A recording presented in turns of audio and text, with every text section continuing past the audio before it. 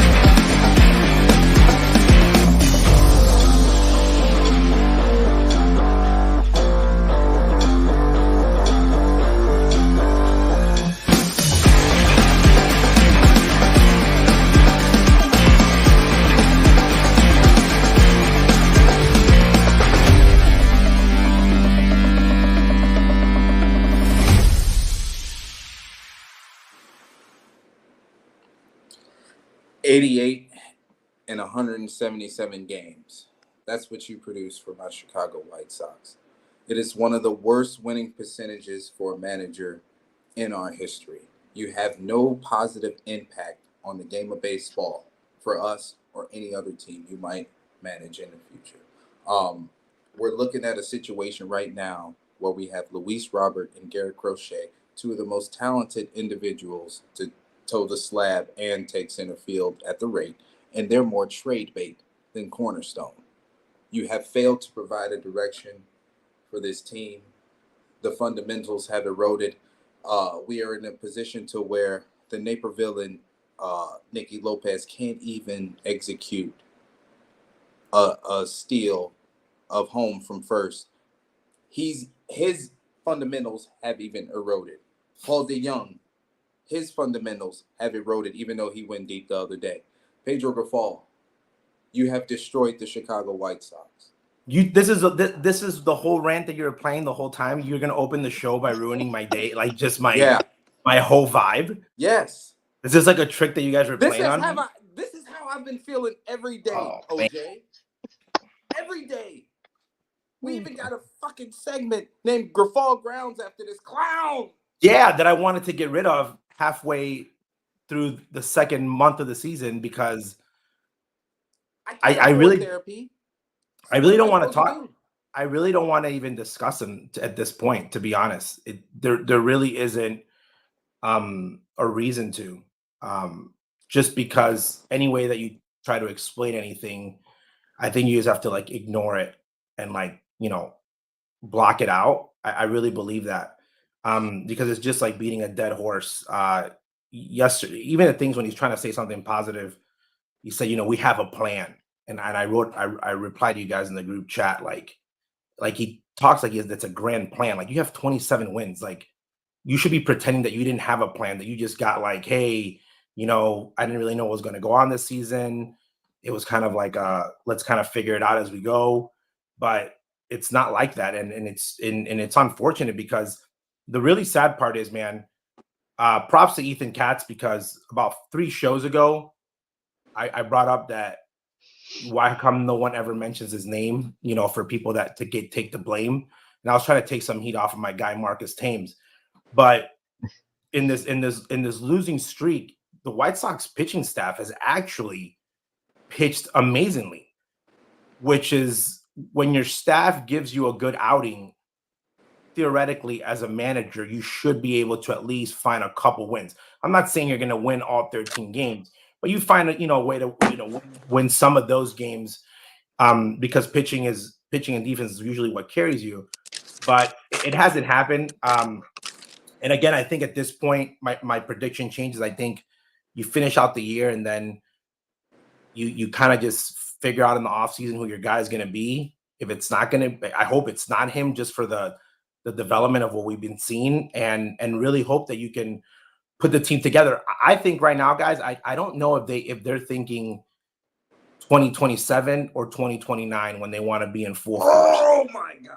I really don't think that they do, because It's hard. It's hard. Like you see Crochet and like unless and we're going to talk about it, bro. They're in a moment right now where it's like it's a really hard crossroads because I don't think they're sold on either way. I wake up, I watch a game, and I'm like, blow it up.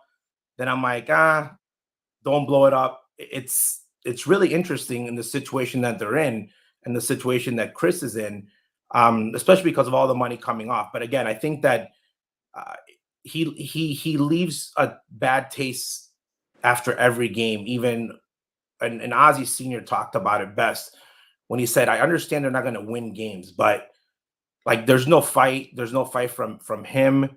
Like they don't even fight other teams. Usually when a team's like really bad, you saw the Rockies today. They got in a fight with Boston. You know, Tampa Bay back in the day used to be like the team that at fought least everybody. Tim Anderson squared up with somebody. Yeah, you know, at least you kind of blow your frustration, but there's a lot of season left. But the fact that I don't want to come in here every week and just bash on him, but it's so easy to, and that's why I'm like so against everything that it comes from that area, just so I'm not negative on a constant basis. It's getting to the point that I just ignore everything he says so I don't get mad, because I don't know if he's like trolling us. Like I really do. I think that sometimes he's like trolling the media and trolling everybody. And the amount of arrogance. And again, obviously my affiliations to the person that everyone knows who I'm related to makes it seem like I'm bitter. Again, it's not a great roster, but it's not as bad as everybody seems like it is. And I know Brian Ramos is going to be up here in the next couple of weeks, probably. You know, you got the young kid that came up and made his debut. And I know it's not going to completely affect them, but I'm like, I don't want any of that stuff to rub off on them. I just feel like he's got bad juju. I don't know. That's just my take on that, on him. Because again, there's other managers out there that like Mark Kotsay, he's not winning games, but I try to see Twitter and see if people talk about Mark Kotsay the way they do about Pedro. I just think that there's just a level of arrogance in the way that he goes about things that I guess people attack. And I think it's because of how he started from the press conference. Again, we're talking about 2 years later, the press conference, we're going to kick your ass. So I think it all comes together. He lied. Yeah, you know what? That's Jay. I don't know if he lied or he's just that confident. I think he's that. Tommy Pham on the Foul Territory TV, he came out and said it like we're getting our ass whooped and people are still sitting around laying around. You're not preparing to whoop our ass. You're being prepared to get your ass whooped. And I think it's hard for someone like Tommy, probably who's an in-your-face guy. But again, I know that team culture does not win games. But there's a way that you approach. It's a lot of stuff, man. Like when he started talking about Crochet making the All-Star team, it didn't seem genuine. He was just reading off stats. Like that's a moment for you to kind of pour your heart out to a player, and you know say thank you because he's been one of the positives again in general. But again, it's going to be an interesting season. I think that he is probably the guy that's costing them the most games after, you know, again, against errors and lack of talent. He's in the top 3, obviously, but it could get worse. Like the run, if you move a couple. You mean what? It could. If you move a couple of these pieces, the roster gets a lot weaker. You have 2 of the best pitchers in baseball right now. Believe it or not. It's fucking sick. So before we move on to the draft conversation, I just really want to put in there, Junior, that I feel like after this trade deadline, I hope that you are ready to have a conversation when Jerry calls, because I feel like the call is going to come. The call to who? To Senior. I think it's going to come. Well, some I got a gut feeling on. You know what? If it comes, I think today I posted from the Guillen's World, which is a page that is used by a couple of us, how Alex Cora got paid by the Red Sox and how they took care of their guy. Okay, regardless if you think Alex is good, bad, indifferent, even with all his bad things that have happened to him in his career, the negative versus the positive, his organization took care of him. Okay, they went out there and kept their guy because they believe in him. And that's something that you got to give respect to the Red Sox, because they took a shot at him the first time. They took a shot at him after the suspension. They took a shot at him now with an extension again, and he's been able to deliver. So that's always really cool to see an organization do that. With Ozzie and the White Sox, that has not been the term, so that's why I was comparing it. But it's got to be good for Alex. If Ozzie gets asked to come back, he would come back. Number one, I think the relationship with Chris Getz, personally, I think it would be better. Meaning, I wouldn't say it would be better. I think he has a really good relationship with Chris Getz prior to any other person that's run the Chicago White Sox organization. Meaning, just from a relationship standpoint, I don't think they've ever had an issue whatsoever, and they're in constant communication. And Ozzie was very happy that Chris got the chance to be in the role that he's in today. He knows Bannister well, the son, obviously, of his former teammate Barfield, been around the game forever. So I don't think he would be like indifferent to everybody that like an issue wise. And with the chairman, I think that every time Jerry's asked Ozzie for help, he's provided it. I think that it would come with a level of expectation and responsibility that I think that he would take very serious, and any manager that comes in should take it very serious, because you really have to come in and change the culture. And when I mean the culture, I mean the winning. You got to start getting back to fundamentals of, like, I always used to joke around, this is a baseball, and tell guys like this is a baseball, and kind of build that identity, and give yourself a window. Just because I think that right now the fan base is like at its worst moment, where if a guy struggles for 2 days, we're on top of him. If a guy does well for 2 days, we think he's the best player ever. We want guys to get traded. We don't want guys to get traded. We hate the front office. We hate the ownership. The aura of the team has to change. I don't think it's ever been this negative. So whoever comes in, if it's Ozzie, if it's Terry, if it's anyone, they got to come in with a level of just being able to take the heat. There was an interesting name that was mentioned in the last couple of weeks, Jim Leland's son, to be the future manager. I think that him and Herschel, I would like them to be a part of the staff with someone that has more of a veteran presence and kind of help them get established and maybe set up your manager of the future. But I definitely would love for them to be in the staff. But being the head guys, it would be very hard because of what you want to create. They would have to be really special, I believe. But Gonzo, I think that if the call comes, I think that he would definitely be open to it. And obviously, that relationship is always going to be there. But it's not going to be. It is, and it isn't going to be an easy job. It's going to be an easy job because it won't be very hard being better than it is now. And it will be hard because your expectations, again, once you come in with that name and that status, is you have to win, at least get back to the playoffs in a time frame. I'm just curious because when Han took the GM role, it was Jerry that fired away with his choice. So this time around, is Jerry going to do that again, or actually give Getz this option? I don't know. Maybe it depends who the candidates are that are on the table. I'll be honest. Rick Hahn made one decision that cost him his job, in my opinion. He had the choice between managers, and he skipped Carlos Mendoza. He passed over Joe Espada, passed over Ozzie Guillen, and went with Pedro. So I think that's what essentially cost him his job. When you look back and say, why is he no longer here? That's the point. I don't care what anybody thinks about Tony La Russa. When Tony left this team, maybe he didn't meet the expectations that everybody thought that he would meet, but he left the team at 500 with a beating heart. With Miguel Cairo kind of pushing it there at the end. So the expectations were to win, and we're very, very far away from 500. So it wasn't like you were given a really, really bad team and you haven't been able to grow with it. You were given an average to solid team, and you just completely destroyed it. You gave a 15-year-old, 16-year-old child $1 billion, and he just blew through it in 2 summers. That's what it seems like in the world of baseball. And that's what everybody's saying around the world in the game of baseball, of like, the Sox weren't that bad. They were 500. And from 500 to being 10 games above 500 is a lot easier than being 27 games in wins. Like where they're at right now is really hard. Almost as hard as winning 100 games. I want to say this right now because behind the scenes production is saying we need to move to the draft coverage. But I want to just point this out. 2 years ago, back in Minnesota, fucking Tony La Russa ripped Yermin Mercedes for swinging at a 3-0 green light.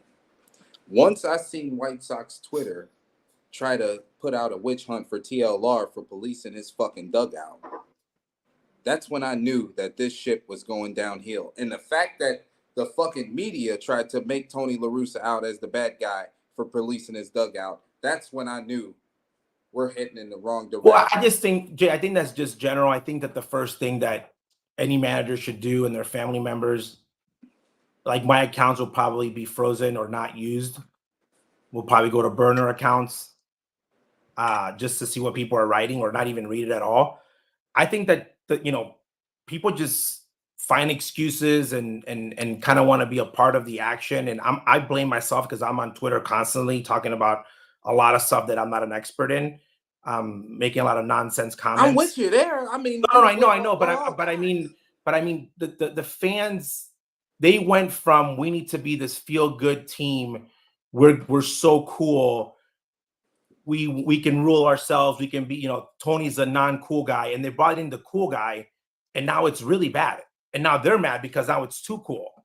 Okay. And here's the part, man. Optional. When your manager is ripping, optional, correct. When your manager is ripping, and I don't even know why we're still talking about this guy because he's probably the best 1 month player in White Sox history. But the fact that we're still talking about him a couple of years later, the fact he doesn't play in the big leagues, like it shows me how dumb fans are, because the guy had a cool haircut and a couple of chains, and he was overweight and hit bombs. Yeah, and he had a cool name, and they gave him a cool nickname. If your manager's ripping you, okay, it's like when you're a child in public and your parents spank you. It looks awful, but you don't know what that child did, why that parent's spanking them. You don't know the backstory of what that child did or has been doing for the last couple of weeks for them to get spanked. So you can judge that parent all you want. And mind you, this is coming from a parent that I've never really spanked my kids in public, but my mom used to give me spankings all the time, a lot in public. But when managers reprimand guys like that, or there's a lot of backstory to it. There's a lot of things that happen or have been happening, or there's an attitude problem with. I'll give you a funny story real quick before we jump into the draft. So remember when obviously now everyone has AirPods, but at one point, Oakley made these sunglasses that you could hit, like they had music in them, and players started using them for batting practice. And Ozzy, right when they started getting them, he's like, don't use it for batting practice. Okay. Like you can use it in early hitting. And Willie Harris tested that, that rule twice, I believe. And Ozzy loves Willie, and he loved Willie back then. And he let Willie know, and going back to Tony and Ozzy, I don't think anybody got yelled at more than Ozzie Guillen as a player when Tony La Russa was there. So when managers are doing their job, that's what they're there for, man. They're there to manage. They're there to reprimand. They're there to give progress reports. They're there to make sure that you're doing your job. They're not there to be your friend. They're not there to be your buddy. They're there to do a job.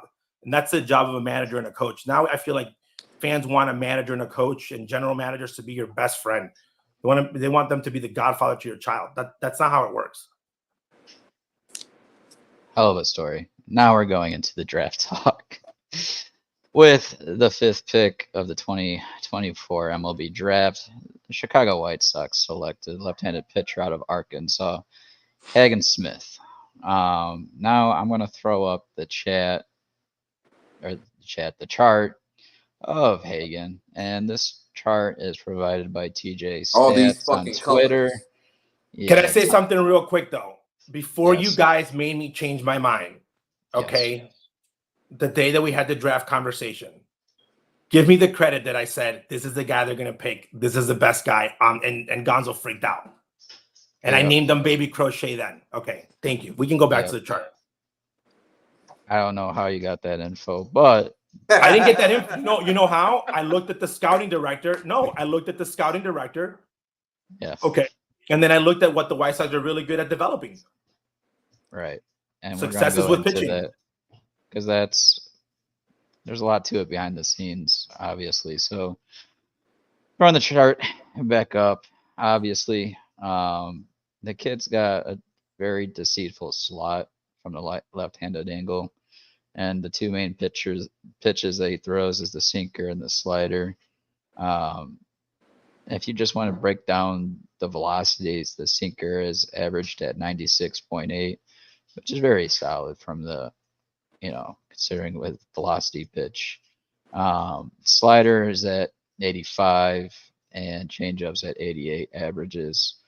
With the sinker, what at least chart wise, I think you really want to zone in on the whiff percentage being at 42.5%. That's very solid for a whiff percentage. And the fact that the slider is at 89.5, that's almost unheard of. I mean, Cease's averages for the whiff percentage was in the mid upper 50s. So it's just, I mean, again, this is, and I don't want to compare whiff percentages between those two because this is college baseball after all. But it goes to show you how dominant of a pitch it really was. Again, I know in the Ozzy, I know me and you were going back and forth on Chase Burns and Hagen Smith, but at the end of the day, those are two of the top pitchers in that class. And like you said, Junior, the White Sox went with what they had comfort in. But to really show you, one of the last things I want to mention here is just his stuff in the zone. As you can tell, that averaged at 75% strikeout in this game. This was his best game at OSU, and we obviously saw that Junior's number one pick in Cleveland with Bazana. He went 0-3 in this game with 3 Ks. So at the end of the day, I would have loved for them to go elsewhere, but I can understand why they went with a safe pick with going with Hagen Smith. And if they do trade Crochet, which they probably will in the next week here, you're going to have 2 guys with Schultz and Hagen Smith there in your rotation, and likely in the upcoming years. And I'm going to guess 27. That's what I would imagine that they're trying to aim for. The dog agrees. Dog agrees. Fucking 360 strikeouts and only 233 innings for Hagen Smith. Like, people don't understand what the White Sox drafted. We've already molded an elite left-handed arm out the rotation. You're grooming Noah Schultz right now. With drafting Hagen Smith, he has already shown you the bulldog mentality against LSU March 28th.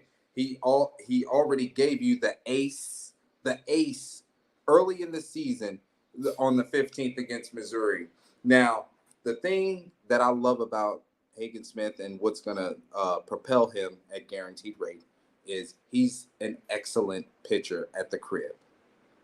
From 2023 to 2024, he lowered his whip almost 480 points. Like, when you look at the ball leaving his hand, you don't have to worry about ball 4, even though he had a clunker against fucking Mississippi.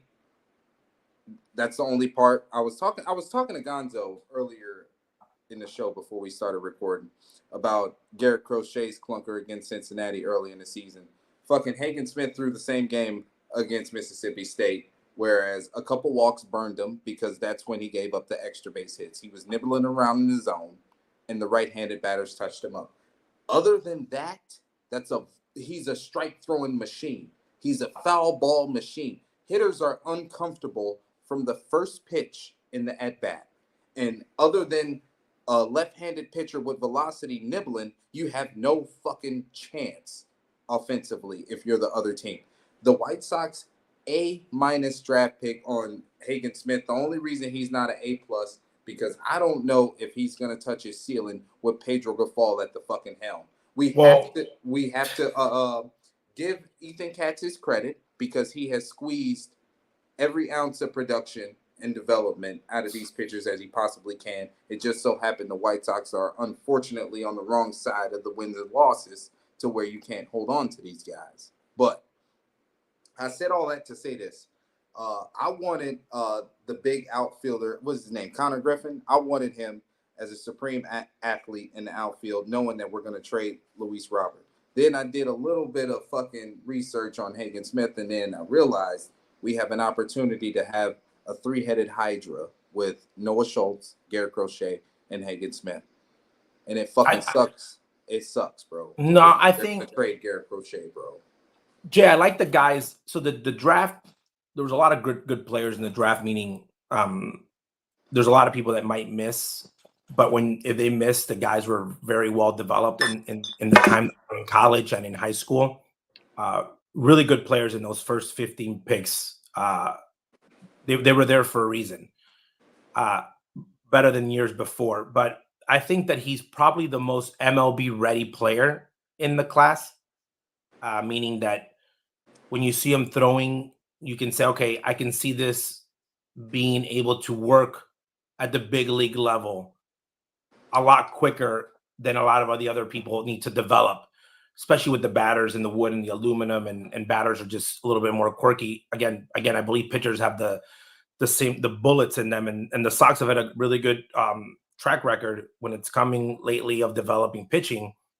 So I think that they saw him and they said, okay, we could have somebody that could definitely help us a lot quicker in the major league roster than a couple of the other guys. And we like what we have position player wise. We can maybe sign position player wise and kind of be the homegrown talent of pitching within the White Sox. I think that might have been their background. I think Bannister might have had a lot of influence being in the draft, probably, looking at having his eyes in there. So I like the pick in the sense that, again, going back to what I was saying in the opening, you don't know what you have with this team if it's even worth it trading Crochet at this moment. Because if you believe that your guys are developing a lot quicker and that you can change this team because they're missing a manager, and that with a better manager, you could probably get closer to 500 and develop within the next 2 years, and you could try to sign Crochet later down the line if he's really that guy, you might have a really, really good pitching staff with a lot of time under control. So that's why I feel like with his pick, him being a guy that's going to be MLB ready real quick, it made me think, like, are they thinking a lot sooner to compete again? There's Jerry's quote again. I think that Chris Getz went into the season thinking they were going to be better. I don't think that he went into the season saying we're going to tank. I think they tried a couple of things that definitely did not work out.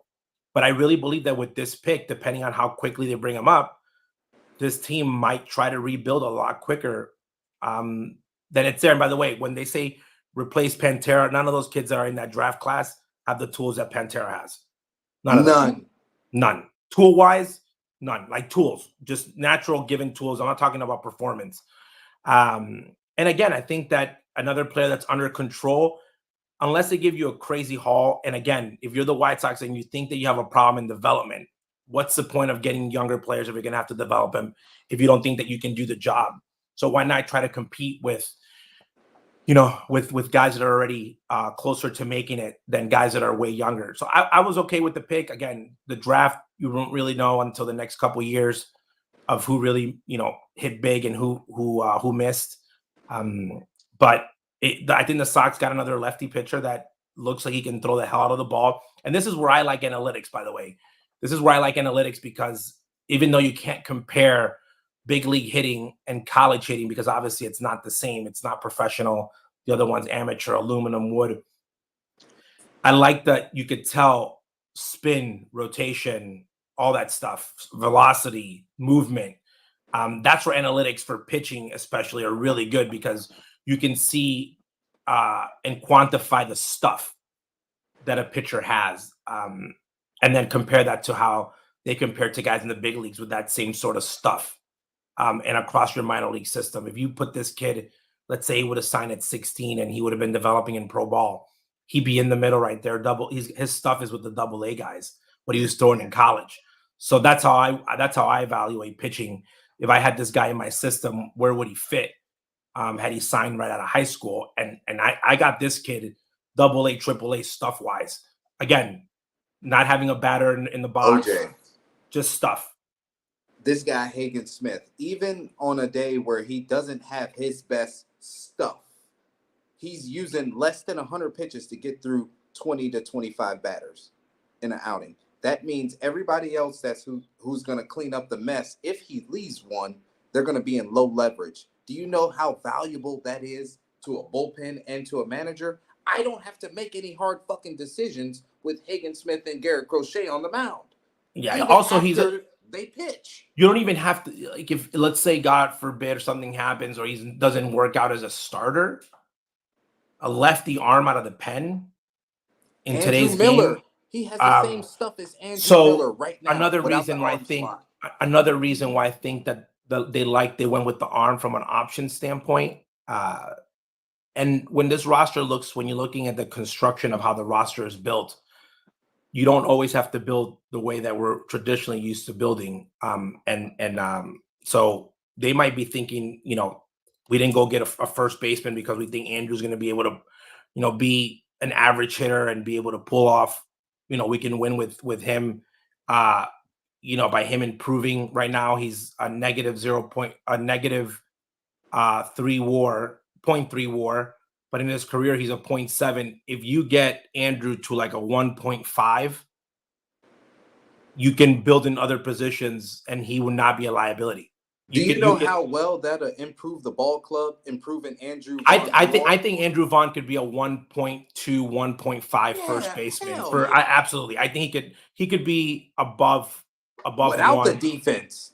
I'm talking purely offensive numbers. So I think that when you're looking at the construction of the team, you can look at other places to replace those numbers that are first base that we're typically used to in the South Side of looking at first baseman. Come on, like we had Frank Thomas, then we had Paul Konerko, then we had Abreu. That's a different type of production, meaning that's 30 and 100, typically RBI wise and slugging, but doesn't mean that all first base in the leagues do that. When you look at Andrew, he's in the middle of the pack first baseman wise. So you could build around with him at first base and build around the team in a different way. Construction, again, I don't know how much they think Carroll's going to hit, the catcher, who's very big offensively. They might look for the production from other positions. So I think that they're looking to build a little bit different than what we're used to. This man Gonzo's still muted, bro. We had a 2-week hiatus and he can't fucking work his computer. Let's look at the rest of the draft class by the White Sox. I'm just going to give a little rundown of what everything came out to be. And the White Sox took 1 high school pitcher, 2 high school infielders, 10 college pitchers, 5 college outfielders, 1 college infielder, 1 college catcher, and 1 college two-way player. He just walked away. Again, you can go look at Caleb Bonham. There's one of your high school infielders. I had to get more beer because you pissed me off. That's all good. Blake Larson, another one of your academy guys who was your only high school pitcher. I think out of the two, I like the stuff I saw from Blake Larson, but he's still ways away. But we'll see what really comes out of that. I was kind of interested in Nick McLean, Matt McLean's brother. But ultimately, I think, Justin, what you alluded to was Jackson Abel, the catcher. He put up some interesting numbers that I think could play a very interesting prospect there. And Sam Anatoshi, another solid infielder prospect. And one thing I did want to add before, Justin, I allow you to give your analysis of what you saw of some of these guys. James Fox actually posted an interesting analysis of the draft here, and he stated that the bonus pool was projected to be about $14.5 million, and they spent a little bit over at $15.2 million, which includes an overage of $682,000. They'll pay a tax of $500,000 on that overage.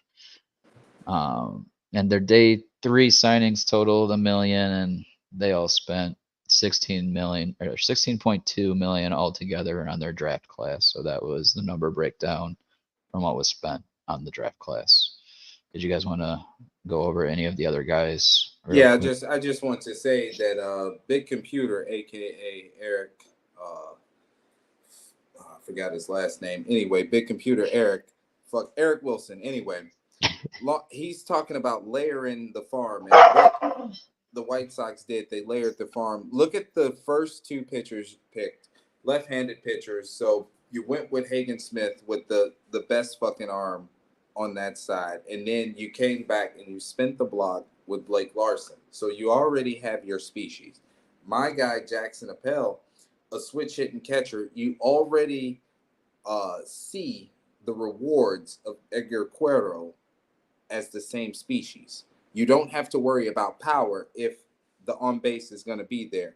With Jackson, all he has to do is make sure he keeps that K rate. Once he gets to AA, he has to keep that K rate around 26 to 22%. The production will be there. He got good bat to ball skills from both sides. Most people are saying he's just going to hit from the left side. I don't think so. I think he can continue to hit from both sides, but that's the position the White Sox are in. They have to layer the farm system because OJ is telling you guys right now that our window to contend is 2028, 2029. Once we press the nuke button, there has to be a future and a direction behind that. Period. Like the Orioles are winning a shit ton of games, and we still know they have youth in the farm system, talent in the farm system after the sun has set on Adley Rutschman and Gunnar Henderson in the next 7 to 9 years. Like, we already know what type of system they have. The White Sox have to start the groundwork to create a situation like that. So, I mean, overall, I can't really say if I like or hate the draft because we're not in a position to judge these guys. We can only go off of what they have shown in college on film. Sure, that's great. But at the end of the day, these guys still have to get molded. They still have to find a role on a big league club. We still have to find veterans, polished players to make sure that they have a nest to develop. We got to find a fucking manager because obviously Pedro ain't it. There's a lot of things in play before we could scratch the surface on these guys. But at the end of the day, we've layered the minor league system. Chris Getz has done an outstanding job making sure that we keep athletes in the factory, in the project, so we can have a punching chance. It just sucks that we don't have a baseball foundation at the highest level to make sure that we get the most out of this situation. Well, Ozzie always, as a manager, he never cared for the draft, to be honest. He would say that's Kenny's job. That's the front office's job. My job is the big league team. When they're ready to be here, they'll be here. And he would never get involved in that sense unless it was spring training. He was looking at a guy because they needed a position player or a pitcher. And they were looking at the guys that could help. So I think that they're thinking long-term, thinking futuristic. With the draft, again, we can't judge how well or how strong the draft was until they develop. What they got to do is all these players that got drafted, the mentality for the Sox that need to be put in these players' heads is you were great in high school, you were great in college. That means Jack now, you need to develop yourself as a player. You need to work hard every day, and that's the mentality.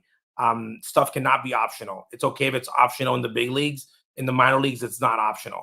In the minor leagues, you play with a certain swagger, you play hard, you work harder every single day, you want it. And that's something that needs to be, and that's the minor league directors and Chris gets his job to kind of create that mindset, regardless of who's in the big leagues. I like the kid, Mile Bailey, first baseman, was the last pick from Lincoln High School in Florida, big lefty bat, a great frame for a high school player, first baseman, natural first baseman, very strong, projects very high. If he develops the way that he's supposed to, in the next few years, he should be a big league player with power. But I like, out of all the guys that they picked later in the rounds, makeup wise, just because he has time to work with and they'll be able to develop him in their way, not the college way, will be this young man. First baseman should be hitting a lot of doubles and a lot of power in years to come. I like his swing. Saw a couple of videos of him swinging with wood. Heard great things about him. watched some videos of him playing. I think he was a Hank Aaron game. But I liked him. I liked his frame. If I was scouting, again, graduate of scout school, that would have been the guy that would have captured my eye. His arm length is pretty good. Again, body build is great. So hopefully they get to sign him and he'll be here. But again, you need players to be able to take a chance on and grow. So that's what you need in the draft. And again, we won't be able to, but I think it was a well-balanced draft. It's a draft that has happened under Chris now, under a new direction, and you got to give it a chance. You got to let them develop, and that's the goal. Develop and get those guys up here when they are ready, and have guys there. And if out of that list you get 5-6 MLB guys, that's a great draft. Good teams don't always have to make the number one pick be the great one. The number one pick should always get to the big leagues, but when you start winning in 13, 14, 10th round, that's where you get the real winners. That's organizations that win. And that's, again, development. Because if you develop well, you'll be able to make trades. If you develop well, you'll have a pretty solid baseball team, at least to be at 500. Gonzo, what the fuck? Again, muted. I had to mute myself. So yeah, that wraps up our draft coverage of what transpired last week. Real quick, let's get into some trade deadline rumors. Ozzy, you put in the group chat that what you found out, what you've heard, or what you came across is that you don't feel like the packages have been as inspiring as perceived to be, from what I read. Well, yeah. Well, Pedro's not helping. Yeah. Pedro says we have a plan.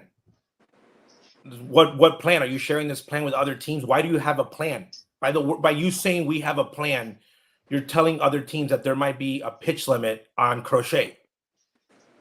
No one's going to trade him in the middle of a pennant race if there is a pitch limit. So you should act like I'm just throwing this guy out because he's our best pitcher and I'm going to try to win this game. By him He's making already those comments. at over 100 innings. Like 10, yeah, but why did? But there's no It plan. sucks. Like don't make yourself sound smart. This guy's a potential trade guy. By you saying there's a plan, that means that there was a concern before you going. Of course, there's a plan. There's a plan for every pitcher. That's why you're a manager. That's why you're a manager. You have a plan. Sometimes your plan is, oh my God, this guy's gonna get rocked. I'm gonna have to take him out in the third inning. And wow, look, the guy gave me 7. Other times, it's vice versa. But so that didn't help. Okay, he comes out, doesn't look great. This is where I think it's going to get affected. I think that for the Chicago White Sox and Chris Getz, the boss, to be able to give away Crochet, he is going to have his mind blown. Okay, he is going to have such a good trade on the table, okay, for him and Pantera, that he has to make the trade happen. Okay, I'm talking about all of Gonzo's favorites, top 100 players. Okay. Hey. Awesome players on the board. Thank you, Wolf Larson. So awesome players on the board. Ow! For anything less, they will not pull the trigger. I think if Crochet is not pitching at top notch and there's concerns of his inning consumption, teams are going to try to lowball the White Sox, and the White Sox will not bite and will say, you know what? We'll talk to you guys in the offseason. We'll talk to you guys next year. And they won't move him. I just want to see Hagen Smith, Garrett Crochet, Noah Schultz, all in the rotation. MLB the show. You can bring them all up. I'm tired of playing games. You can put them on MLB the show. They all play together games with me every day. I don't want to play no more games. I put my trade package. Oh God, here we go. Yeah. I don't want to say it was for one or the other, but the names in these packages that I would hope to see, if it's for either Crochet or Robert. He sounds like I Ben put Laden that sending packages to everybody. I will veto that trade. I'm not going to get into fantasy right now, but oh my God, the trade packages I post on Twitter, that's what I'm hoping for. And no, Junior, they're not all top 100. There's a good mix in there, but we'll see if it happens. I mean, this is a rookie GM. We saw what he did in the Cease deal, right? If we agree or disagree with what was received for Cease, that's all on y'all. But this is a rookie GM. Could this be? He can basically control this whole draft, or not draft, the trade deadline, with a Robert and Crochet being available in this deal. So we'll see what he can do. By the way, you guys again, are talking about Gonzo, real quick. Yeah. Let's be honest about the Robert situation here, and let's step away and not look at him, because I feel like the White Sox fans they think that he is way better than what he has performed. He is an under 2 WAR player who's never played 100 games more than 2 seasons in a row. Okay? So who's going to be costing a team $15 million with 2 club options of $20 million. So unless a team knows that he's going to blow up, he's not like Crochet right now. Like the Pantera is going to bring you back superstars, like we were trading, Jose Abreu in his prime or Paul Konerko in his prime. That's not the case with Pantera. Do White Sox fans realize that? Because I don't think they do. They think that they're gonna get like the whole farm system for Pantera just because he looks cool and he does that. Statistic wise, yes, he is very promising, but it's not there. So other teams use that in negotiations against you, just like they're using the inning situation with Crochet. Just comes down to how desperate is a team going to be to get that bat. And really, I want to go back on the Crochet because Justin, I know you called it an easy statement that you made, but like I told you, no layup is. You can miss the layups, but I'm light when you skinned. I missed a lot of layups. When you stated during the last show about Crochet in the All-Star game, you said that this is a how did you say it? It was an audition. Yeah, this is an audition for and specifically coming in the game in a relief role where he showed. I mean, it wasn't multiple innings, but when it comes postseason, it could be very well that some of these contending teams can, put Crochet in the game from the 5th through the 7th, going either 2 or 3 innings and just shutting down the middle of the game. And I mean, he was just dominant in that All-Star appearance, showed himself. So, and he's still in that last outing last night. I mean, defense didn't help him in that first inning, but after that first inning, he just completely shut down the Rangers, and really didn't have too high of a pitch count either doing it.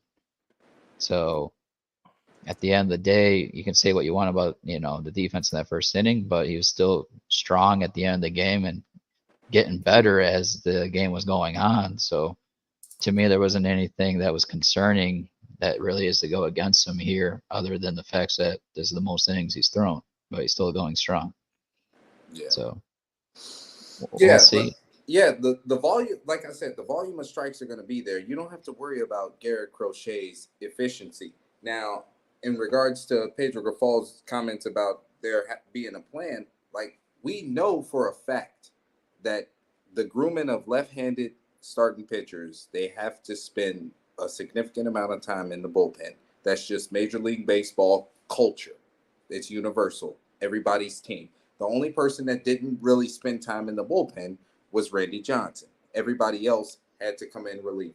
Gonzo, if I'm in a fucking pennant race and I know for a fact I made the trade for Garrett Crochet so he can be in my rotation 2027, I'm going to make the trade and give him some playoff relief innings, period. So you got to make the decision. Do I want him to start 2 games, or do I maybe stretch him out to get 3 games? My most talented left-handed arm, 3 games in a postseason series. That's what we're talking about. That's why he had that situation in the All-Star game. That was an audition.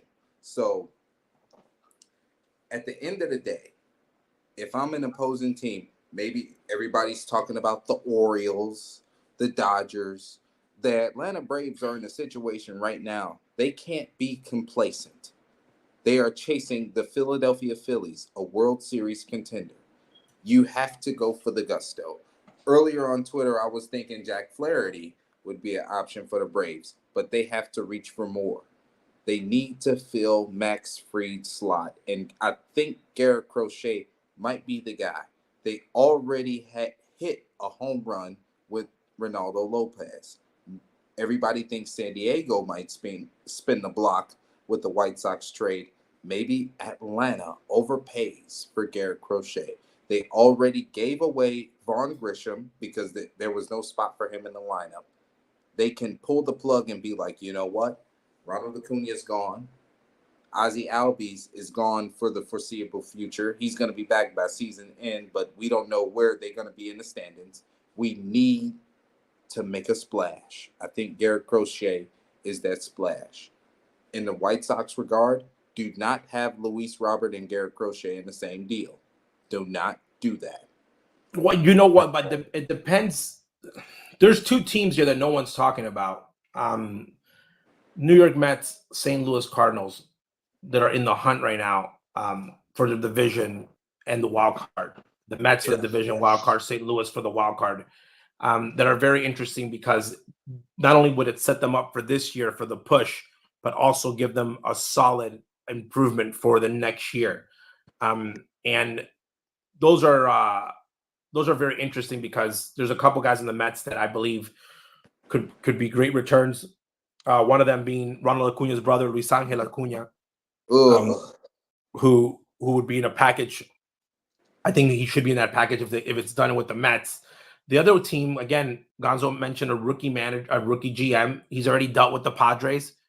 AJ Preller and him might feel very comfortable. Would the Padres go and make a move again and try to bring something in return? And the other team is, which they're usually not buyers, the Pittsburgh Pirates and the Arizona Diamondbacks are very interesting teams. So I feel like there's a lot of teams here that we're not looking at. I think that the market's a lot bigger. That's why I think that Getz needs to be as patient as possible and be able to get the most in return. I think this is the trade. This is a win for Chris Getz in two ways. If I'm Chris Getz, unless I know Jerry is going to extend Crochet and I know I can close him, I won't make the trade, and that's going to be my win as a GM. I keep Garrett Crochet in Chicago. If I know that's not going to happen, or I have my chances are less than favorable that I'll keep him, I need to make this the trade that solidifies my GM position. A trade that everybody goes, oh, wow. Even my wife's impressed with me. Everybody. I'm walking into restaurants and everybody's like, oh, my God. You know, Rick who? Kenny who? Like that level of impact. That's what he needs to do to solidify himself in those trades. And he has the opportunity. So he's in a position right now of power. And getting now into our next topic, which would be the Garrett Crochet extension, which I find very interesting because I think the Garrett Crochet extension is actually 1 year premature. They should start negotiating it today and trying to get him today for two reasons. Maybe he might cost more later. And for Crochet's sake, this is probably the highest he could be unless he goes for a Cy Young. And if he likes Chicago, be able to extend himself and be here. So this is the year right now where I'm going after Garrett Crochet and starting those conversations. Informally or formally, I make it a point. I invite him to go to dinner. If I'm Chris Gatzek, I want to invite you to maybe dinner might be a little bit formal. Let's have breakfast on the road. Let's have a cup of coffee. And I tell him where my mindset is if I'm Chris Getz, where my plans are, where I'm going to be competing in the next 2 to 3 years. I want you to be my anchor. We drafted you. We believe in you. What do you need? Okay? What do you need to be happy in life? And let me make that happen for you through your agent. That's the message. I'm not talking money. What do you want? If you want $250 million and 2 pit bulls and a box of Snickers. Cane Corso. Correct. And a box of Snickers every time you come to the clubhouse. My job then is to go with my team to go make that happen. If that's your guy. I'm not negotiating money. What do you want? And let's go make that happen. Meaning I have to go to Jerry. I have to work the money. I have to look and say, this is where we're going to, I create a plan to present to Jerry of why I'm going to sign Garrett Crochet. I'm with Crochet's money being the main guy. We're not going to sign a shortstop because we have Colson. We have this guy. I make my point.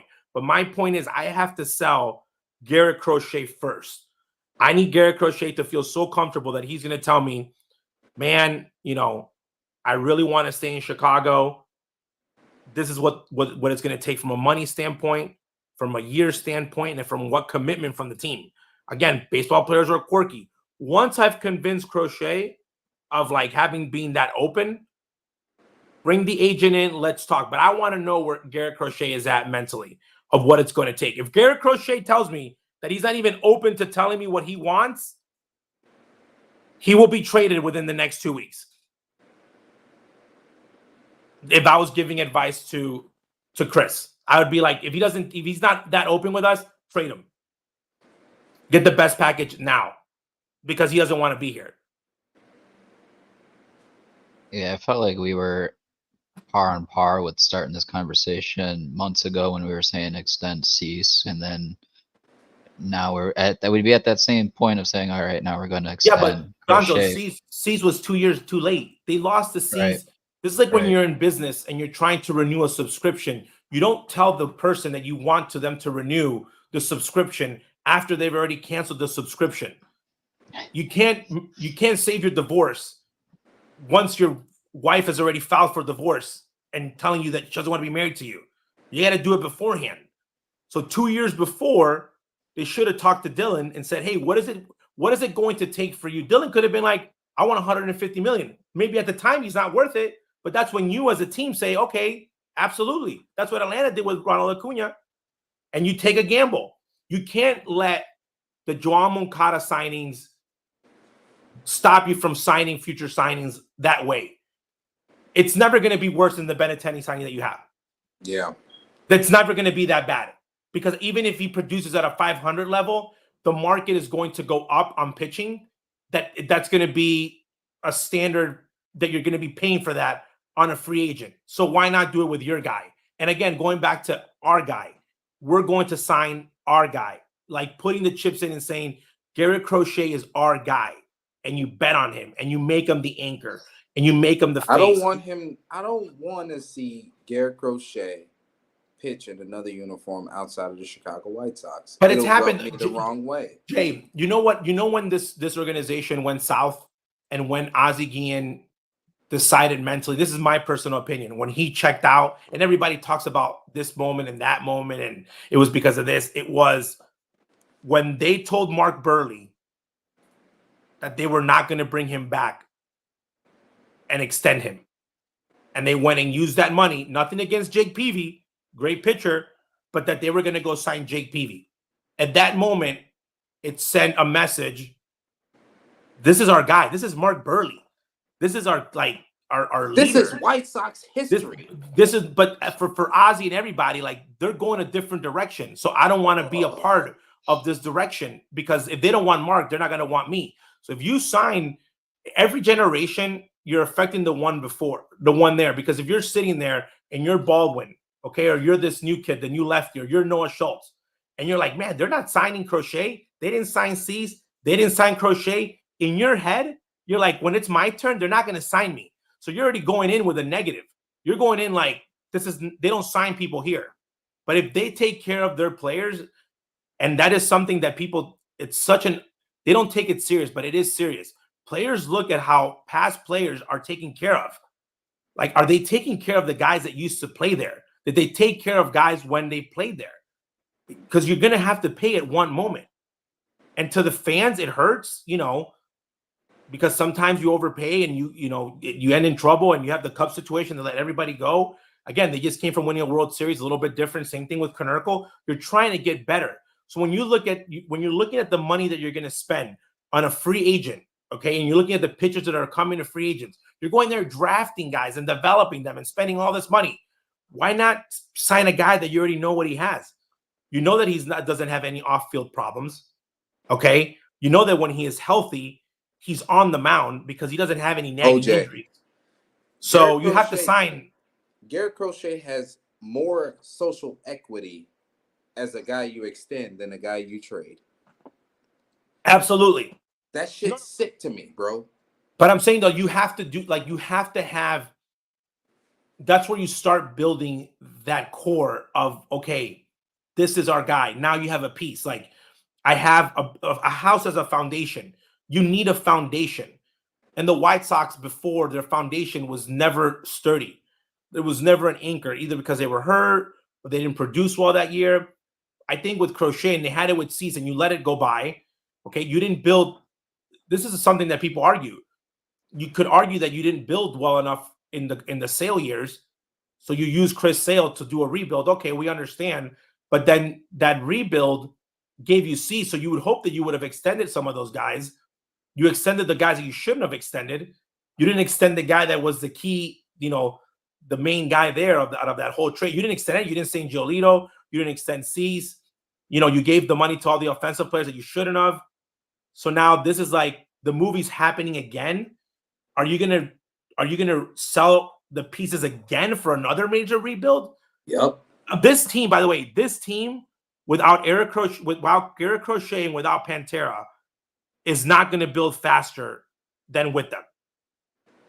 I don't care how bad they are. That's a fucking softball team, bro. No. If you take those two pieces away, you're much further away from contending than you are. I don't care what. No, I'm not going to say 2040, but I'm saying I don't care what prospect. I don't care what prospects come over. You're not closer to getting to 500 than you were the year before. At least I don't think so. It's a lot harder because you're taking. I don't agree with that at all. I feel like there's so many holes there that you need to strip it down. But I'm talking about if you can sign Crochet and trade Pantera, you wouldn't do that? Okay. Not in this situation, no. You're drunk as fuck. So you want to trade Crochet 100%, Gonzo? At this moment, yes. Okay. Wow. I'm 50-50. How do you get better than a top because what are you going to do when you keep them? You build. Build with what? You start bringing the players up and see what you have. And there's so many questions that are there that with the position players that are there's so many questions there. If you trade Crochet and Pantera, you're not contending until 2028, 2029. That's it. That's going to be it regardless. Gonzo. Because otherwise, you're going to be missing with some of these guys coming up. There are already questions that you're going to be like, all right, because who coming up do you really feel confident in to fill the holes that are there?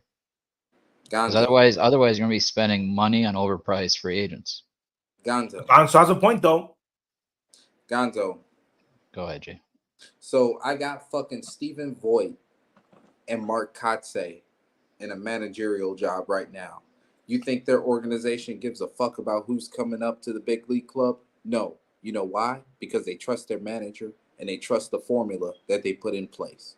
To your point, we don't know, even if we get the top tier talent from these two trades, we don't know if they're going to get developed to where we could scratch their ceiling, right?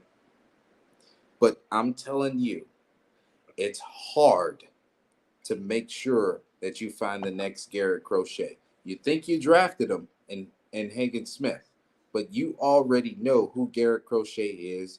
You know where he wants to be.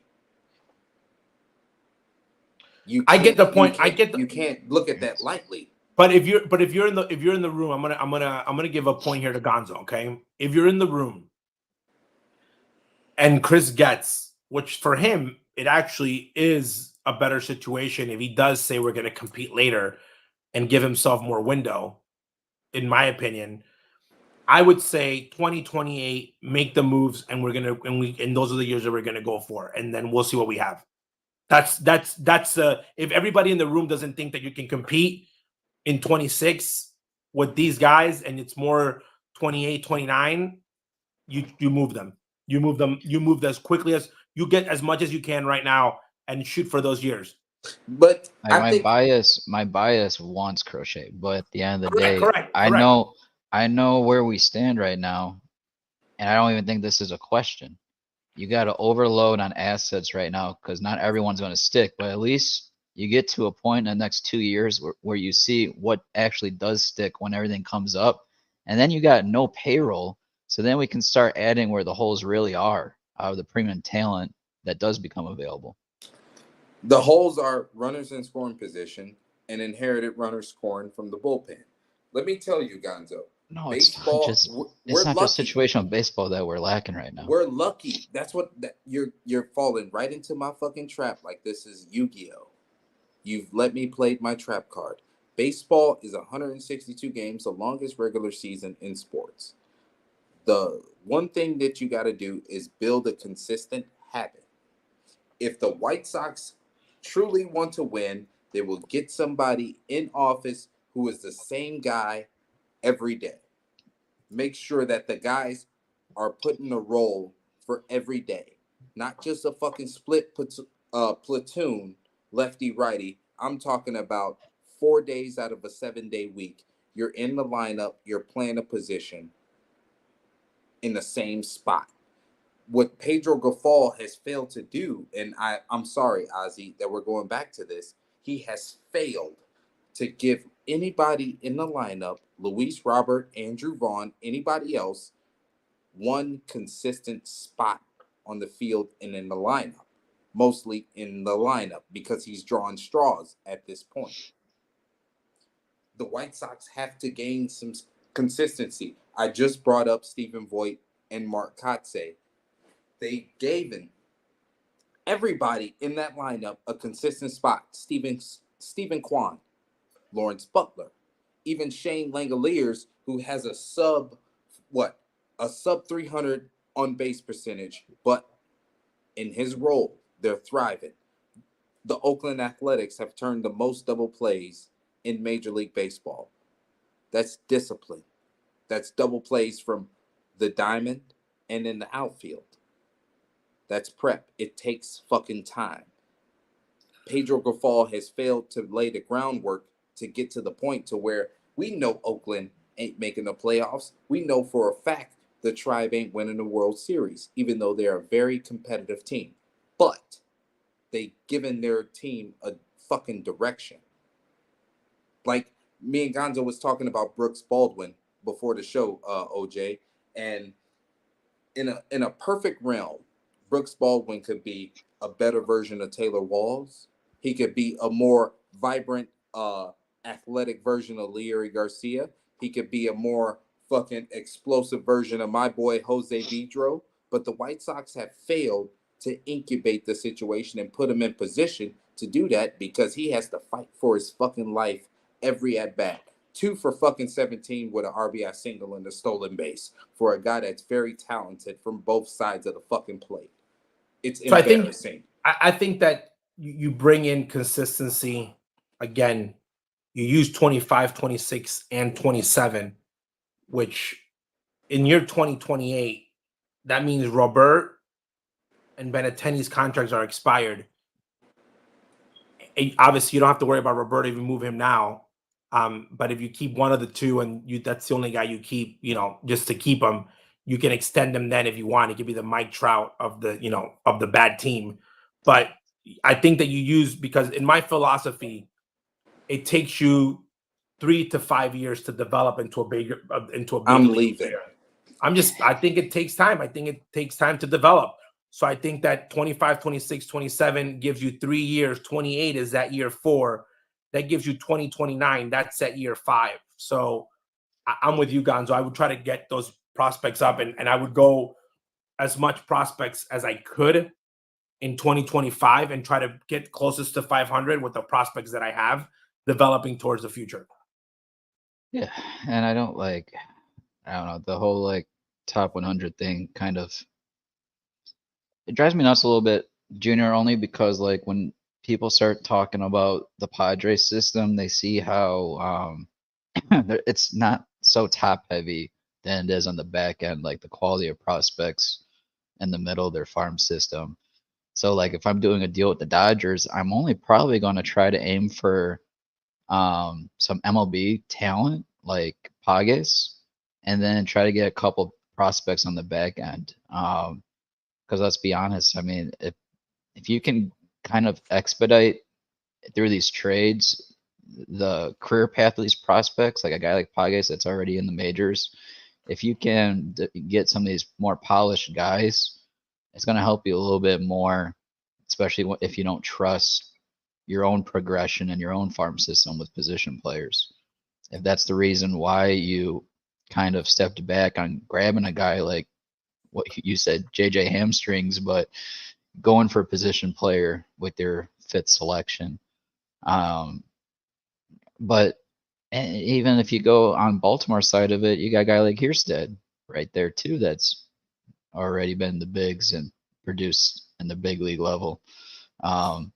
Regardless of what package you're going to go with, he's going to have to be blown away, Chris Getz, and or at least not so blown away, but a quality package to get this deal done. Because we don't want to see anything less, and we're just at that point where I need to not only fill holes, I just need to get more assets in this farm system, because we know for a fact not everyone's going to hit, but our best chances is having that quality to see what actually does hit. So at the end of the day, we're at that point where, all right, we actually only have these holes to fill, and now we have an abundance of payroll that we can actually spend now. And hopefully we have a GM that singles out that premium talent for Jerry to actually open up the pocketbooks for. Because last time when we opened up the pocketbook, that was for guys like Yasmani Grandal and then Keuchel, and the rest is history. I don't think it wasn't Jerry not spending the money. Jerry spending the money. It just wasn't for the right talent that in the long run was really the quality guys to spend it on. I agree. And I think that if that's going to be the case, then they have to go get the most value. And I keep saying 2028 should be a year that they're eyeing for. A lot of these guys moving, but again, competing and playing better baseball. They're losing again tonight with fundamentally sound prospects coming up, guys that you're looking at, and you're really developing guys and really developing them on a daily basis to go out there and compete and win. But I completely agree. I think that holding on to him would be selfish in trying to move that in this situation, because it's going to get you a lot quicker bringing in bodies. And I would have to change. I keep changing my mind back and forth on it, but again, I still think that 2028 is looking more realistic. Come on, dog. That's too long. So, I ain't right here, right now. With this, I'm talking about. By the way, if you go 500 next year, you'll be celebrating like it's the World Series. With this comment, I'm not saying.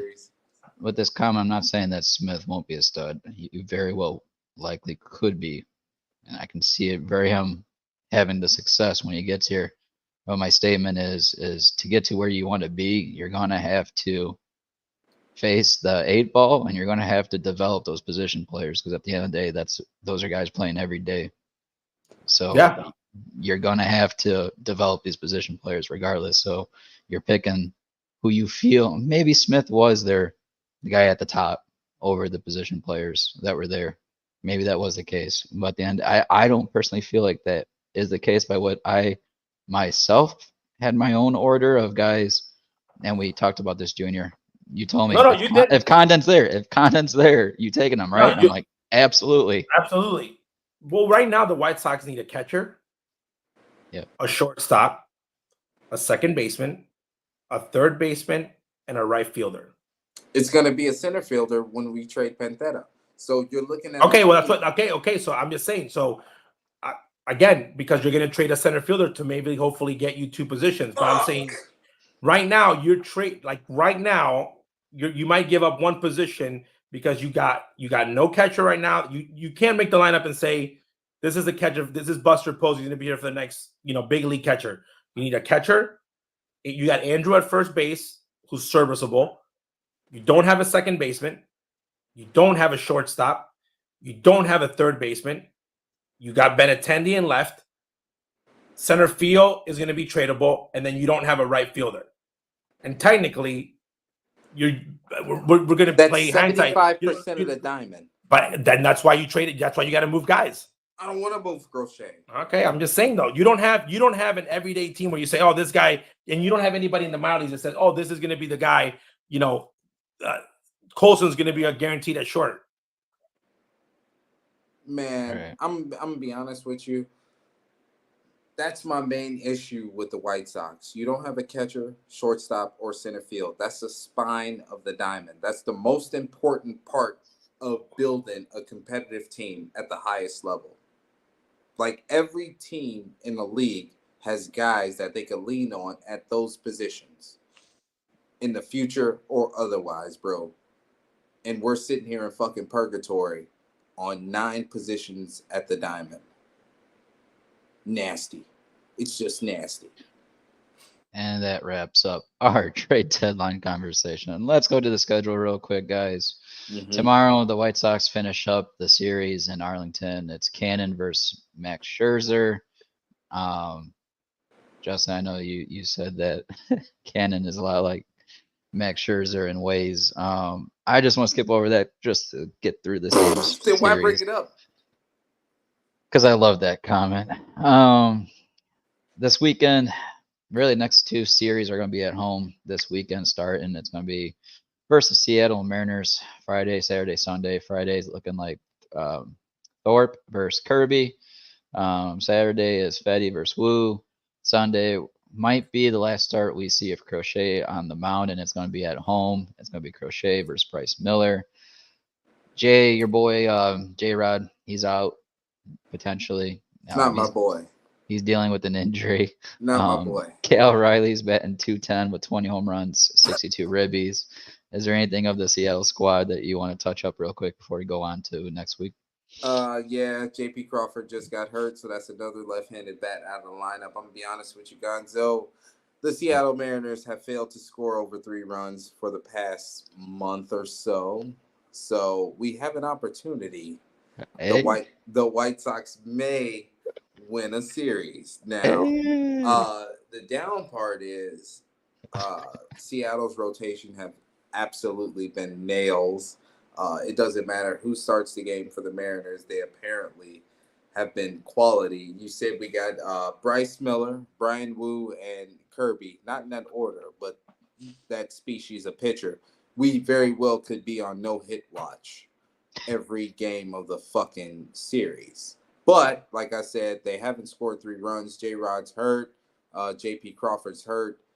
Where's the extra base hits are going to come from for the Mariners? Nobody knows. But then again, we don't even know what the lineup's going to look like for the Southsiders. If you're asking me for a prediction, I feel like the White Sox can squeak out 2 out of the 3. Wu and Miller are going to have to take the L's because Kirby is going to just give us a Kurt Schilling type performance. I'm thinking probably 6 innings, 4 hits, no walks, 4 Ks, 101 pitches on 26 batters faced. I really think we could probably get mowed down by their starting rotation to the point to where we don't even get a guy to third base. I'm depressed. I'm going to make this painful. I say we take 2 of 3. However, the game that they lose is Crochet's last game in a Sox uniform on Sunday. You need to go to therapy. What do you think, Junior? I think that the White Sox get swept. Damn! Oh, God! Shit. I think Seattle has to come in and really mean business and do what Texas just did to the Chicago White Sox. Texas is 3.5 games out. Seattle is battling right there with the Houston Astros. Seattle needs to sweep this series to solidify their position and keep being in the run. If they lose 2 out of 3 against a weak team that is going on pace tonight to be 10 games in a row, 1 out of 10 in the last 11. Seattle needs to come in and sweep. If they don't, it is a disaster if the White Sox take 1 game out of the series. It's been a huge victory for them, but this is huge for a huge series for the Mariners. So in other words, whatever Junior said, bet the opposite. You might Yes. have better. You might better odds. I said the Sox were going to sweep the Pirates. It's all good. That was the Junior. beginning of the end before the All-Star break. There's better days ahead for us. Bro, All right. I got to check out right now because I'm emotionally unstable and OJ just fucking put a knife in my heart right now. Second series is going to be Monday through Wednesday next week. First, our division rival in the Kansas City Royals. We don't know the Royal starters, but for the White Sox, it's going to be Flexen, Cannon, Thorpe, round 2. And if you haven't seen, guys, AL MVP candidate is coming in. My boy Bobby Witt Jr. batting .340 with 18 home runs, 70 ribbies. Now that, my friends, including Junior, that's a sweep coming to the cell. Go ahead, hit me with what you got, Jay. I know you're looking at me like you got something to add. It fucking sucks because the Royals are going to need these games against the White Sox, and they're going to all systems go. Quintero is going to deploy the bullpen. Like Serpa, MacArthur are probably going to see all 3 games of the series just to make sure they nail it to the cross, right? You're going to see a little bit of Schreiber. My thing is the pass watch. What are you going to do? Because you're not going to be in a position to put him on because Bobby's in front of him. Salvador Perez is the kukui. He's lurking. Like, you're not going to be in a position to hold up 4 fingers, Gonzo. So they could probably start the carousel early. And then you're feeding guys like Hunter Renfroe and Kyle Isbell and MJ Melendez.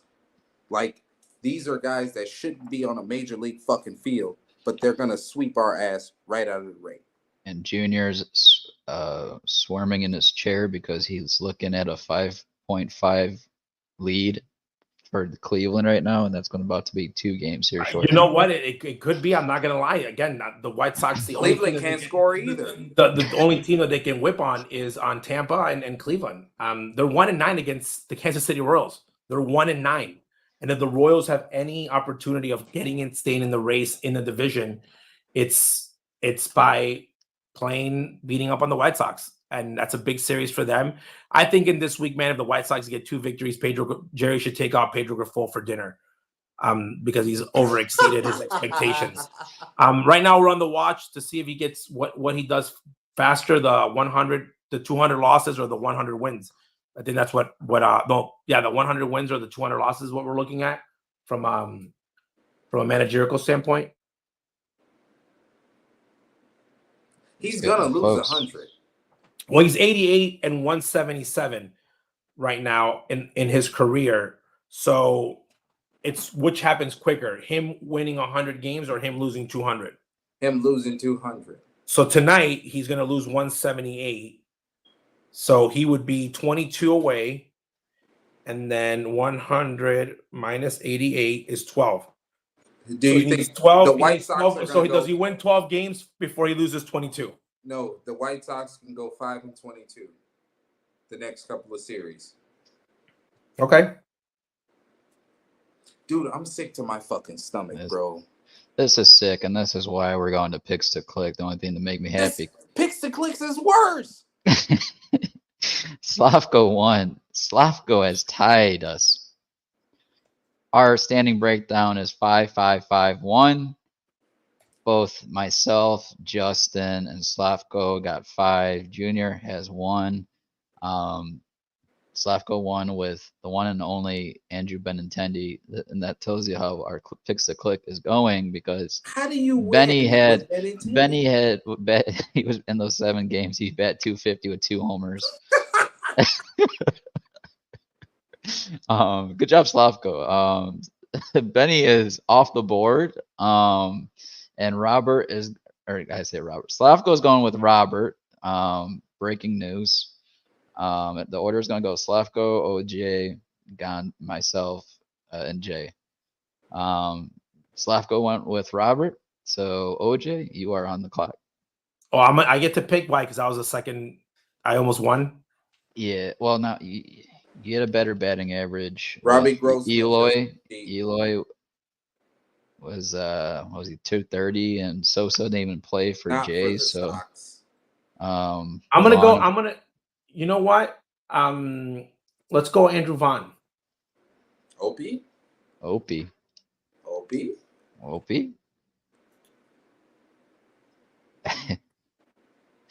Oh, I love Opie. Okay, I'm gonna go with Mr. Tommy Pham. He scared you into making him his pick to click? He did. Jay, you're last but not least. Fuck. You know what? Give me Luis Robert before we send him out west. What? I can't pick Luis Robert? No, Slavko picked Robert. Oh. Come on, man. Pay attention. I am paying attention. I'm trying to cheat. Trying to pull a wand on us. Who do I pick? I don't know who's going to be in the lineup. I thought you were gonna go with like your cousin. No. God damn it, Gonzo. Just give me Brooks Baldwin. Okay, going with the rookie. I like it. And it sucks because I shouldn't be disappointed settling for Brooks Baldwin. I think he's a really good player. Really good AAA player. Stop. All right, and the picks to click are as follows. Slavko's got Robert. OJ's going with Vaughn. I'm going with Tommy Pham. Jay's going with the rookie Brooks Baldwin. And those fellas are our picks to click. Now, yeah, go ahead. I was gonna say, I just want to say that Moncada's still in the top 12 players with highest WAR on the team, even though he hasn't played in a while. Good point. And before we get to shout outs, I want to do a little shout out to you, Junior. Well, not shout out to you, but I want to give you a little love here because we got to go to the shop and get your swag. Go to the Guillen Grid. bigcartel.com and get your Guillen swag. You have any updates for us, Junior, real quick on the swag shop? Inspired merch by Ozzie Guillen. We should have a couple new shirts made soon. We don't want to hurt anybody's feelings when we make them, but there's a couple funny ideas that we've come up with. But go to og13.com.org if you are interested in golfing. Ozzie has his first golf outing on September 30th at Cog Hill with partnership with Recon Services around mental health, which again makes sense in this time, helping all the White Sox fans the way they feel these seasons. You make me sick. You could have just said my name. I could have, Jay. Trust me, we might make you the face of it. Please help Jay. No, so yeah, it's a cocktail. But no, go check out the merch. It's gonna be fun. Again, we have so many ideas, but we don't want to offend people. Again, I don't even want to mention the manager's name. It's just bad. It's just bad. All of it, all around. But thank you, Gonzo. No problem. Jay, give me some shout outs. Before I read the teleprompter and give my shout out to Asia, I have to give a shout out to Dennis Kasumba, the Ugandan baseball player who got invited to the MLB All-Star. Is that the brick kid? That's the kid who throws bricks? Is that the catcher who throws himself with the bricks? And I was following him on Twitter, and like the first video I seen, he was fucking doing catcher drills in a monsoon. And I was like, damn, like you really want to do this? And then when Salvi brought him out, gave him the gear, you know, he was talking about how he got invited to the All-Star game. And it made me realize, bro, that the game of baseball is more than just a fanfare event. It is life. It is life. Like, you got to think. We talked about he who shall not be named, not putting a culture in place to do this every day. How many White Sox players are getting their work in a fucking torrential downpour? How many of them are throwing bricks, OJ? Like, they forgotten about that element of baseball. Baseball is a grind. And the only way to grind is to do it every day. So shout out to you, Dennis. I hope that's not the last time we've seen you at the Midsummer Classic. I hope to see you at the show. OJ wants me to play more video games. I swear to God on my life, I can't wait until I could pick you on the show and I could get some perfects. Asia, I might just get the show to play you, just to whoop on you more. So your life, are you a better show player than fantasy? No comment. I plead the fifth. Okay. Asia, you killed it. You killed it at the pop-up shop in Berwyn this weekend. Yes, congrats. Shout out to you. I actually went up 2 pant sizes from eating the fucking bundt cakes and cookies. So now I'm a fat piece of shit because of you, my love.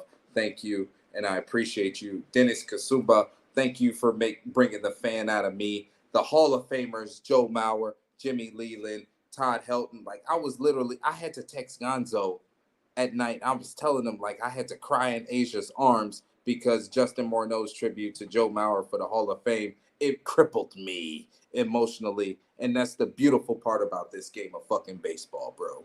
So shout out to everybody who was bringing the best out of my nostalgic, unhinged ass.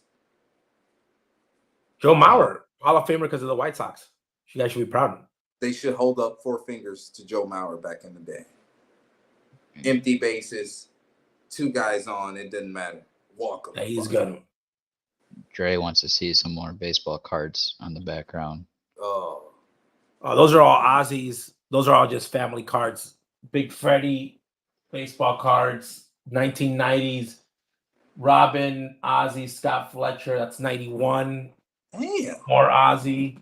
World Series. So people know that I'm smart. I graduated my MBA. That's why you're Hispanic. You gotta show that you have an MBA. Yeah, just pictures. Mostly like 1990 stuff, and then I need to old go school. I need to put my masters in the background. I got put on the fridge there. Yeah, put it so people know. Yeah. They didn't give me a diploma for 4th grade. I'm still working on it. Yeah. Oh man. All right. My shout outs. I'll shout out my one and only Soraya. We just had our 5-year anniversary last week. Congratulations. She's had a very busy school schedule, so we're gonna be planning our 5-year shortly here. Although next month we're going to Vegas, so Woohoo! I can't do anything though because that's her mom's 60th. That's her destination. So What do you mean you can't do anything? What were you insinuating? I don't wanna plan anything in Vegas to take away from the Thunder. From the Thunder. Yeah. But I also want to shout out some people in the chat that I actually first time seeing. I don't know this guy Nasir. Nicer Garcia. Gracias. Saludos. Look, campeones. 23-24. Going for the back-to-back. Ooh. Oh, so that's your boy. No, I don't know him. That's probably a White Sox fan. He's probably cursing me out. During the season. I like his picture though. That's what a championship one looks like. Yeah. Juan, we love having you in the chat. Thanks for joining us, Juan. Joe's another cat we see from time to time. Thank you, Joe, for joining the Blackout Show, following us. Larson, I think this is the first time I've seen Larson in the chat. Thanks, Larson. We appreciate your comments. He has some good stuff in there. And also, I put Dre on there as well. But Locked On Sox was in there. Yeah. Todd, thanks for giving us support. We appreciate you. And everyone else on Facebook, YouTube, and X, because breaking news, we had to pay that subscription. Elon needs that money. Elon needs the money. He needs us streaming on his service. And that cost a Gonzo a pretty penny. Damn you, Elon. But that's okay. We're here for the long haul, guys. So let's foreshadow next week, guys. We got the trade deadline special next week, as the trade deadline will be ending on Tuesday of next week. We're going to have a show next week. Guests to be determined that will join us to break down what transpires here shortly. But the week following, we're likely going to have on Elijah Evans, not only to break down the trade deadline, all the prospects included, but also the draft class. We went a little bit through it, but we know that he's been following it like crazy this past week. So we're going to bring him, get his thoughts on. And that should just about do it. Do you have any concluding thoughts, guys? No, we probably might have an emergency podcast in case somebody's traded, unless it's impactful. So like, what's the line? Tommy Pham emergency podcast, or no? That can wait for next week unless Crochet or Pantera goes. That's the only way that there's an emergency podcast. Do we do it on both or just one or the other? I'm just saying, like, what's the standard? I don't want to cross that bridge. I say we do emergency if both of them are dealt. Okay. And Pedro let go same day, all of it. So how about this? How about we do an emergency podcast depending on the return? No. The return is going to be big regardless. No, it won't. Like, okay, if he fucking misses his layup, we're coming on. We're coming on. I'll deal with that. Okay. So it's either he deals both, or he botches the whole thing. I like that. It's both extremes. There you go. I can live with that. There we go. And with that, my folks, that is the Blackout Show. Thank you for watching and tuning in.